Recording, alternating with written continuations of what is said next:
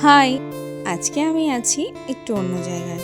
আশা করছি ব্যাকগ্রাউন্ডটা দেখে তো তোমরা বুঝতেই পারছো আমি কোথায় এসেছি। আমি এসেছি বাবার বাড়িতে। আর কারণটা কি বলো তো? কারণ সেদিন ছিল জামাই ষষ্ঠী। আর আমার এই সুন্দর শাড়িটা পরে আমাকে কেমন লাগছে আমাকে কিন্তু অবশ্যই তোমরা জানিও। কি ভীষণ সুন্দর মিষ্টি না বলো শাড়ির কালারটা? কিন্তু আমার কিন্তু এখনো কোনো মেকআপ করা হয়নি। তাহলে চলো মেকআপটা করে নিই, তারপরে আবার তোমাদের সাথে কথা হচ্ছে। এই দেখো, আমি একদম সিম্পল একটা মেকআপ করেছি, সেরকম কিছুই কিন্তু এখানে আমি ইউজ করিনি। সেদিন ভীষণ পরিমাণে ছিল গরম, তো আমি বেশি কোনো কিছু মেকআপ যদি ইউজ করতাম তাহলে সেটা একদমই গলে যেত। তো আমি কি করেছিলাম, এখানে ইউজ করেছিলাম একটু সানস্ক্রিন, কম্প্যাক্ট পাউডার আর কাজল আর লিপস্টিক। তাতেই দেখো কি মিষ্টি লাগছে না আমায়। তোমরা হয়তো ভাবছো কি পাগল মেরে বাবা, নিজেই নিজেকে কমপ্লিমেন্ট দিচ্ছে। তবে হ্যাঁ গো, আমি সবসময় এটাই করে থাকি। আর আরেকজন তো আছেই, আমার বরমশাই, আমাকে সবসময় বেস্ট প্রমাণ করার জন্য। মানে আমি যাই করি, যেমনই সাজি না কেন, তিনি আমাকে এতটাই ভালো ভালো করে প্রশংসায় ভরিয়ে দেন, তো আমার মাথার মধ্যেও এটাই ঢুকে গেছে আমি সবসময় সব কিছুতে বেস্ট। আর আমার মনে হয় প্রত্যেকটা মানুষেরই কিন্তু এটাই উচিত, নিজেকে সবসময় সবার থেকে ওপরে রাখা, তাই তো? নিজেকে আগে ভালোবাসতে হবে, তবেই তুমি কিন্তু সবাইকে ভালোবাসতে পারবে। আর এই যে দেখো, গল্প করতে করতে আমার ননদিনী, আমার নন্দাই সবাই চলে এসেছে। আজ সবাই আলতা পরতে ভুলে গেছিলো, আর এটা তো আমারই ডিউটি থাকে বরাবর, তো আমি আলতাটা আবার সবাইকে পরিয়ে দিচ্ছিলাম। প্রথমে ননদিনীকে, তারপরে শাশুড়ি মাকে, তারপরে আমার মাকে, আর তারপর শেষমেশ আমি নিজে পরে নিলাম। আর আমি এরকম একটু পা ভরাট করে আলতা পরতেও ভালোবাসি, আর সবাইকে পরাতেও ভীষণ ভালোবাসি। আর এই যে দেখো, এতগুলো ডালা নিয়ে আমরা বেরিয়ে পড়লাম এবার ষষ্ঠীতলার উদ্দেশ্যে। আর এবার যেহেতু আমাদের পুচকুটা হয়েছে, মানে আমার ননদের ছেলে, তো তার তো এবার প্রথম ষষ্ঠী। আর প্রথম ষষ্ঠীর তো প্রচুর নিয়ম থাকে, যারা তোমরা এই ষষ্ঠী পুজো করে থাকো তারা তো সকলেই জানবে।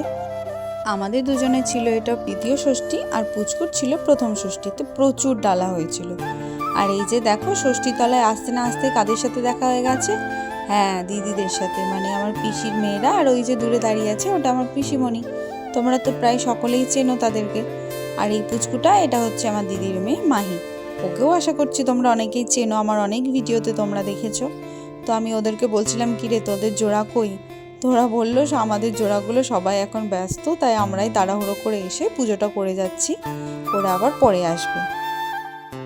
আর আমাদের ষষ্ঠীতলাটা কিন্তু আমাদের রাম মন্দিরে, মানে রঘুনাথতলা রাম মন্দির, তোমরা যারা যারা চেনো, ওই রাম মন্দিরের একটু পাশে বা পেছনের দিক যেটাই বলো, সেই দিকটাতে আসলেই যে বড় পাকুড়তলাটা, সেটাই কিন্তু আমাদের ষষ্ঠীতলা। আর এই যে দেখো কি বিশাল একটা পাকুড় গাছ, মানে মা ষষ্ঠীতলা এটা। তো এত মানুষ এখানে একসঙ্গে একত্রিত হয়েছে একদিন, সবাই এত আনন্দে রয়েছে, সবাইকে দেখেই যেন কি ভীষণ সুন্দর একটা ভালো লাগছিল, সবার মনে কত খুশি। পাড়ার সব কাকিমা জেঠিমারা তাদের জামাই নিয়ে এসেছে, অনেকে তাদের নাতি নাতনি নিয়ে এসেছে, মানে সবার মধ্যে একটা আলাদাই খুশির আমেজ। তবে তোমরা হয়তো অনেকেই ভাবছো যে আমার ননদ নন্দায় আমার শ্বশুর বাড়িতে ষষ্ঠী করতে না গিয়ে আমার বাবার বাড়িতে কেন এসেছে ষষ্ঠী করতে। তাহলে চলো এই কথাটাও তোমাদেরকে একটু ছোট্ট করে জানিয়ে রাখি। তোমরা হয়তো অনেকেই জানো না, আবার হয়তো অনেকেই জানো যে আমার শ্বশুরবাড়ির ফ্যামিলি কিন্তু বিহারি, মানে তারা এখানেই ছোটোর থেকে বড় হয়েছে, কিন্তু বংশ পরিচয় অনুযায়ী তারা কিন্তু বিহারি। তো বিহারিদের মধ্যে তো এই মা ষষ্ঠীর এইসব নিয়মগুলো বা জামাই ষষ্ঠীর কোনো নিয়মই তো তাদের মধ্যে নেই। তো আমার শ্বশুরবাড়ির গোষ্ঠীতে কিন্তু এইসব কোনো নিয়মই নেই। আবার আমার ননদের বিয়ে হয়েছে কিন্তু একজন বাঙালি পরিবারে, তো তাদের বাড়িতে আবার এইসব নিয়ম আছে। কিন্তু যেহেতু আমার ননদের শাশুড়ি মা আর বেঁচে নেই, তো তাকেই ষষ্ঠী ধরানোর বা ষষ্ঠী করানোর মানুষও আর নেই। তো তাই জন্যেই আমার মা আমার শ্বশুরবাড়ির সবাইকে আর আমার ননদ নন্দায় সবাইকেই ডেকে নিয়েছিল যে সবাই মিলে চলে এসো, এখানে একসাথে ষষ্ঠী করা হবে। একসাথে দুটো ষষ্ঠী হবে, একটা আমার আর আমার বরমশাইয়ের, আর একটা পুচকুর ষষ্ঠী। তো সবাই মিলে একসাথে করলে আনন্দটাও খুব ভালো হবে। তো তাই জন্যেই সবাই মিলে একসাথেই এখানে ষষ্ঠী করেছি। আশা করছি পুরোটা তোমাদের কাছে ক্লিয়ার হয়ে গেছে, আমি সমস্তটাই তোমাদেরকে ভালোভাবে বোঝাতে পেরেছি। তবে এবছর বলে না, এর আগের বছরও যেহেতু আমাদের প্রথম ষষ্ঠী ছিল, তখনও কিন্তু আমার ননদ আর নন্দা এসেছিল, আর মা তখন মেনেছিল তাদের জন্য তাদের কোল আলো করে একটা যে কোনো সন্তান আসুক। তো সেই মনস্কামনা পূর্ণ হওয়ার জন্য দেখলেই তো তোমরা প্রথমে মা ষষ্ঠীর উদ্দেশ্যে আমরা দুটো বস্ত্র পরিয়ে দিলাম, একটা আমার মা পরালো আর একটা পরালো দিভাই মানে আমার ননদিনী। আর এই যে এই নিয়মটা না সব থেকে সুন্দর বা মজার নিয়ম। এই যে মা ষষ্ঠীর নাম করে যেসব পুজোগুলো দেওয়া হয় সেই নৈবেদ্য 7টা ভাগে ভাগ করে 7জন সধবা মহিলাকে তুলে দেওয়া হয়। তো লাস্টে যে নৈবেদ্যটা ছিল সেটা কিন্তু আমার মায়ের হাতে তুলে দিচ্ছিল, আর দিভাই তখন বলছিল যে যে আমাকে ষষ্ঠী ধরালো তাকেই সবার শেষে দিলাম, আর তাকে তো আগে দেওয়া উচিত ছিল। কিন্তু মা বলল না, আগে পাড়ার যে সমস্ত কাকিমারা রয়েছে তাদেরকে আগে দিতে, তারপরে মা কিন্তু শেষে নিল।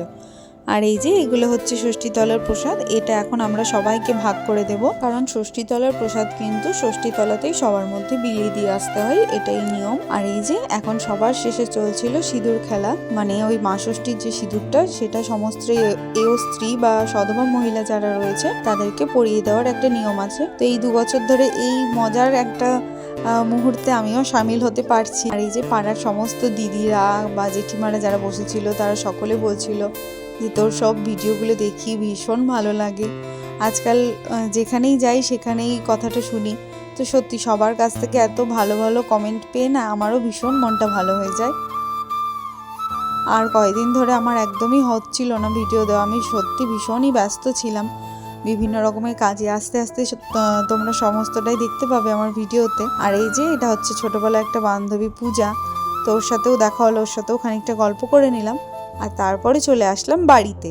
আর এই যে আমার ছোট্ট গোপু সোনাদেরকে তোমরা দেখে নাও, ওদেরকেও সেদিন নতুন বস্ত্র পরানো হয়েছিল, কি মিষ্টি লাগছিল না ওদের। আর ঠাকুর ঘরের অবস্থাটা দেখো, সেদিন একদম চারিদিকে জিনিসপত্র ছড়িয়ে ছিটিয়ে ছিল, তাও তোমাদেরকে একবার দেখিয়ে দিলাম। আর তারপর চলছিল এই নিয়মগুলো, মানে এই যে মা ষষ্ঠীর পুজো করে আনা যে সুতোটা সেটা সবার হাতে বেঁধে দেয় আমাদের মায়েরা তাদের সন্তানদের হাতে। আর তারপরে এই পাখার জল দিতে হয়, একটা সুন্দর সেখানে কথা বলতে হয়। তো যারা যারা এগুলো করো তারা তো সবাই জানবে এই নিয়মগুলো। আর তারপরে চলে জামাইদের পেট পুজো, শুধু জামাইদের না, জামাইদের সূত্রে আমাদেরও হয়ে যায়। আর আমাদের সেদিনকে যেহেতু শনিবার পড়েছিল তো সেই জন্য হয়েছিল নিরামিষ রান্না বান্না, তো পরের দিনকে হবে জমিয়ে খাওয়া দাওয়া। তাহলে চলো আজকের ভিডিওটা আমি এখানেই শেষ করছি। আমার আজকের ভিডিওটা ছিল এতটুকুই, তোমাদের সবার কেমন লাগলো অবশ্যই জানিও। যদি ভালো লেগে থাকে একটা ছোট্ট লাইক, কমেন্ট আর শেয়ার করে দিও। খুব শীঘ্রই দেখা হচ্ছে পরের একটি ভিডিওতে, ততক্ষণের জন্য সবাইকে টাটা, বাই।